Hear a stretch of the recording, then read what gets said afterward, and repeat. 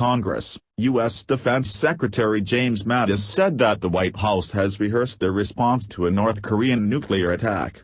He added that Washington would fire a nuclear weapon at North Korea for two reasons: a North Korean attack, or a direct imminent attack.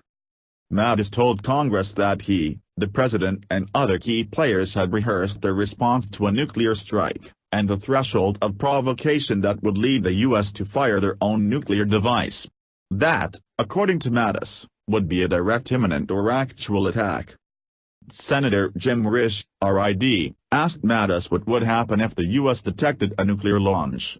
Mattis replied that the first step, of course, would be that our ballistic missile defense forces at sea and in Alaska, California, the various radars would be feeding in, and they would do what they're designed to do as we make every effort to take the missile out.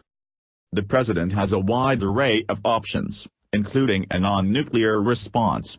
We would take the action the president directed, and I'm sure that Congress would be intimately involved, Mattis said, although he did not elaborate what that intimate involvement would be. If we saw they were preparing to do so and it was imminent, I could imagine a preemptive nuclear strike. It's not the only tool in the toolkit to try to address something like that, said Mattis. An imminent nuclear launch could conceivably be taken out on the ground with an airstrike or shot down by a missile defense system once in the air. However, decisions to protect the country are the duty of the executive, not the legislature, according to Mattis. I believe that congressional oversight does not equate to operational control, he said. I think that we have to keep faith in the system that we have that has proven effective now for decades. The system in question is the first strike capability, the ability for the president to unilaterally launch a nuclear missile. At all times, the president is accompanied by an aide carrying the nuclear football, a briefcase that includes launch codes and the procedures for various types of nuclear strike. The president chooses which one he wants, the Secretary of Defense authorizes the pick, and then the call is made and the missile is fired with no other oversight. Mattis praised the first strike capability system. I would not say it's ad hoc. It's extremely rigorous, the discussions and the step-through process for decision-making that would precede a missile launch. Other White House top officials chimed in, including State Secretary Rex Tillerson. The fact is that no president, Republican or Democrat, has ever forsworn the first strike capability. That has served us for 70 years, he said.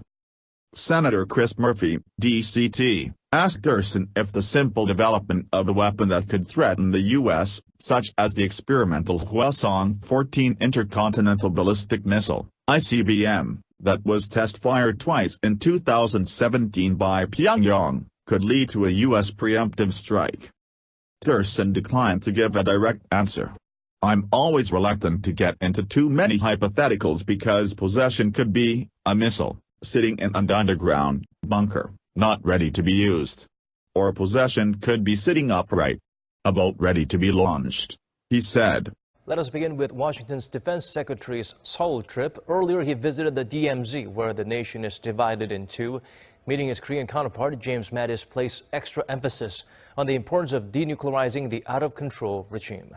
Kim Yeon-bin has our top story. U.S. Secretary of Defense James Mattis arrived in Seoul early Friday for his second visit as Pentagon chief. Mattis toured the frontline units with his South Korean counterpart Song Yong-moo and gave a strong message towards North Korea. The U.S. general stressed that Washington's goal is to denuclearize the regime.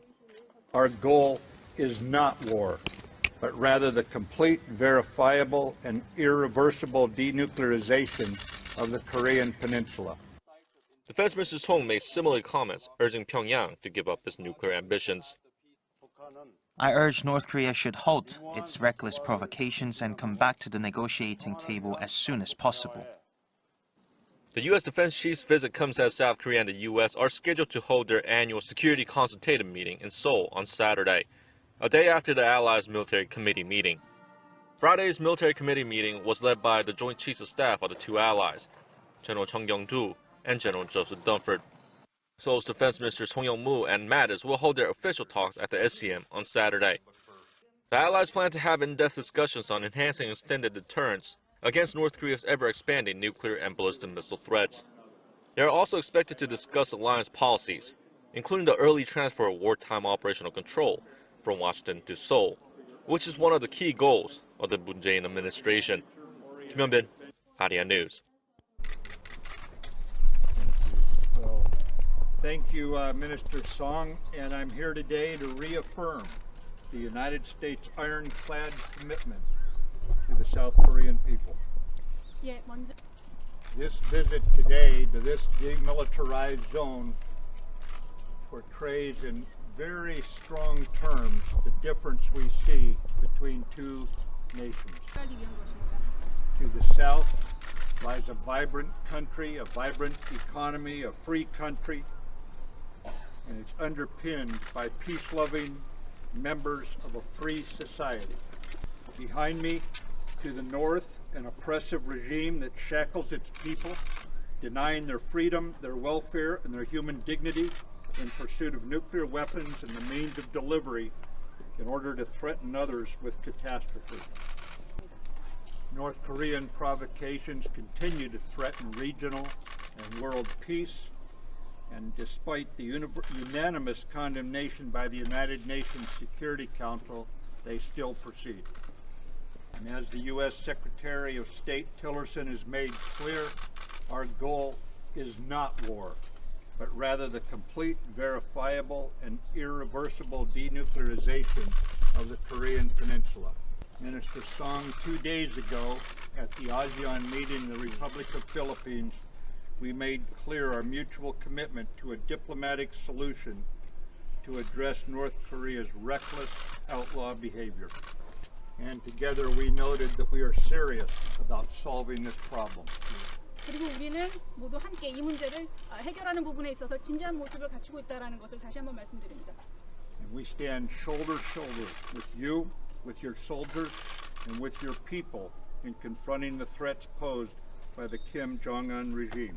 And I look forward to our discussion tomorrow at the Security Consultative Meeting, where we will discuss ways to further strengthen the ROK-U.S. alliance. This is an alliance of more than 60 years and one that we both know is built on trust. It is an alliance designed to ensure peace and stability on the Korean Peninsula and the strongest military defense of our shared democratic values. The United States has once again said it will never accept North Korea as a nuclear state. U.S. Defense Chief James Mattis, who is visiting Seoul, said Pyongyang's nuclear and missile programs serve to undermine, not strengthen, its security. Kim Hyun-bin starts us off. North Korea's nuclear and ballistic missile threats topped the agenda on Saturday at the annual 49th Security Consultative Meeting in Seoul.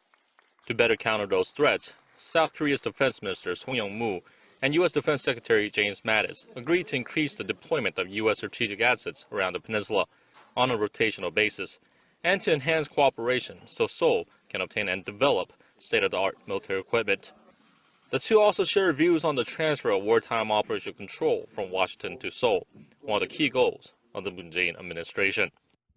Secretary Mattis and I agreed to consider the timing and conditions of a condition-based OPCON transition. We will continue to work, develop and refine plans on this issue in time for the next SCM. Mattis pulled no punches on North Korea, calling Pyongyang's nuclear weapons program illegal and unnecessary. He also stressed that Washington wants to find a diplomatic solution to the nuclear crisis, but military force remains an option, if need be. The United States does not accept a nuclear North Korea. Diplomacy remains our preferred course of action, but as I have repeatedly emphasized, our diplomats are most effective when backed by credible military force in this sort of situation.